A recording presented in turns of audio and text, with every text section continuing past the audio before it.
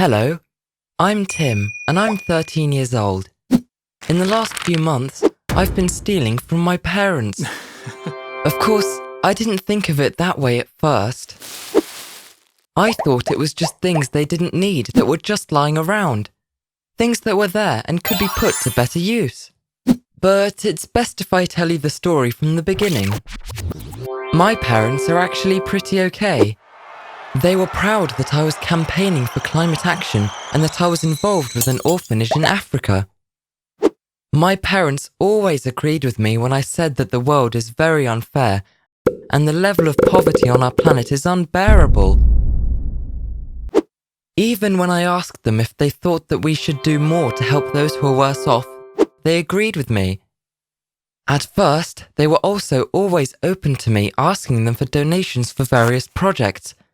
As time went by, however, they became more and more reluctant to give me anything and said that it was the other parents' turn to donate. Then we had quite an argument. It was about the printing costs for a flyer calling for a climate demonstration. I asked my parents to cover the missing amount, but they said they simply didn't have the money. So I said, then let's sell something. We have so many things that would be good to sell and that none of us would miss. That's enough now. We're not going to sell our stuff. And you're wrong. We would miss them. I don't want to hear about it anymore, my mother said very angrily. But I will, I objected, but my father also said that he'd heard enough and the discussion ended there. A few days later, I read that a storm destroyed the roof of the school at the African orphanage I'm involved with. They desperately needed money for a new roof. I knew I couldn't ask my parents. They had just said no and would get annoyed if I asked them again. Yet we had so much unnecessary stuff. I wanted to prove to them that they wouldn't miss any of it. And I was helping. A school was much more important than useless things in drawers and cupboards. Right after my tutoring session, I was home alone and went through some drawers. I found a wallet with money in a foreign currency, a camera that hadn't been used in a long time, and a gold coin. I put the camera and the gold coin on an auction site. I took the money to the bank and exchanged it, just like the coins from my piggy bank. I deposited the money in my bank account and transferred it directly to the orphanage's account. The camera and the gold coin sold straight away, which brought in more money to my account. I immediately sent it on. It was really convenient that my parents went shopping for my grandparents every Wednesday after work. I got tutoring at home on those days from Nina, an older girl from my school. But there was still enough time afterwards to wrap the packages and take them to the post office without my parents noticing anything. Unfortunately, the money we collected was still not enough for the roof of the school. So I went back home to look for things that no one would miss. In the basement, I found my father's skis. He didn't ski anymore anyway after a skiing accident 2 years ago. There was also a pocket watch in the very back of a drawer in his wardrobe that I'd never come across before. At the very bottom of my mother's wardrobe, I found a bag and shoes under some shoe boxes. They looked brand new, and I'd never seen them before either. I took pictures of the things with my phone and put them back up for sale on the auction platform. The skis, the bag, and the shoes brought in quite a bit too. The big surprise was the price of the pocket watch.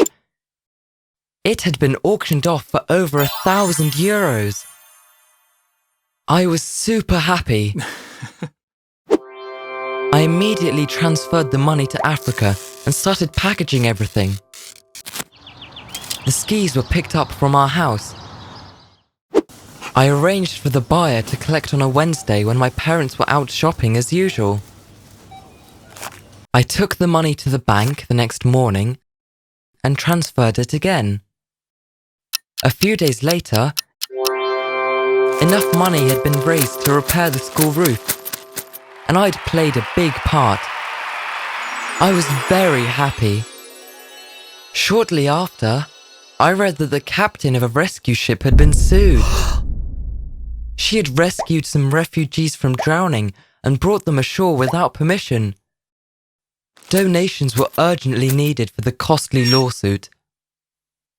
For a long time, I had been annoyed at how little politicians cared that so many people were drowning in the Mediterranean, and I couldn't understand why they weren't doing more about it.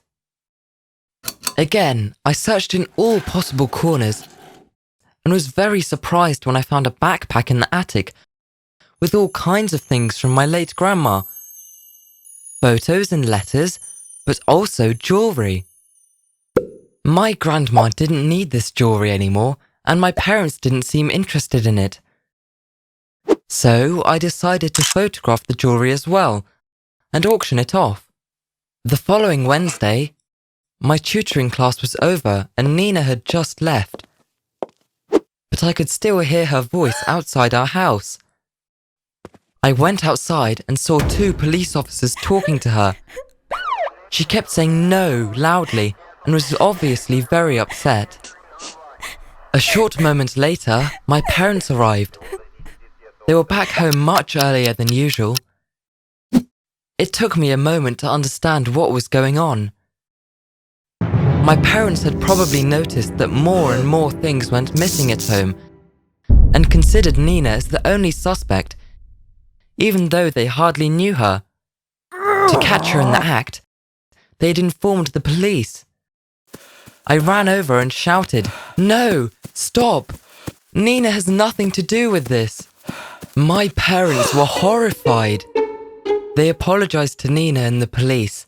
Then they had a lengthy conversation with me. They were very disappointed, but also said that they took some responsibility for what happened. They wanted to know everything in detail. Of course, I had to take down my grandmother's jewellery from the auction immediately. When I told my mother that I hadn't sold the jewellery yet, she was very relieved and said that she had only put this backpack away with Grandma's things because the memories still hurt too much. My father was shocked that I didn't see it as stealing at all. "These are not your things, and we decide for ourselves what we do and don't do with our things," he said sharply. "Even if we understand how unfair it is that children don't have a school roof or books," he added. "You can talk to us and convince us, but you can't go over our heads and decide for us. That is not only stealing, but also very disrespectful and unfair," my mother said. All 3 of us were sad, and my parents said they were still thinking about the consequences of all this. That same evening, we went to Nina's house and asked her to apologize again. My parents said they had made a big mistake and shouldn't have just suspected Nina. Nina still didn't want to tutor me anymore, which upset me even more, but I could understand why. The next day, my parents told me the 3 consequences of my behaviour. 1. I had to give up 1/3 of my pocket money for the rest of the year. 2. My parents would go to my room right after our conversation and take 7 things of some value. They would sell them and donate the amount to an organisation of their choice. 3. From now on, there would be one evening every week when we would do nothing but talk about anything that seemed important to us. I was quite taken aback. I had to stay in the living room while my parents went to my room to pick out things to sell. They came back with my skateboard, my track trophy, my grandma's little table lamp, and my 4 football scrapbooks. All things I no longer used or rarely used, but nonetheless I was still very attached to them. It was hard to swallow, but I guess that's how they felt about the things I had taken from them. They actually auctioned everything off and donated the amount raised to an organisation that takes care of young offenders. I started to see things from their point of view, and even though I had good intentions, I realised I was in the wrong, and I now understand it is often really difficult to judge what is important or valuable to someone else. If you enjoyed my story, don't forget to like this video and subscribe to the channel for more exciting stories. See ya!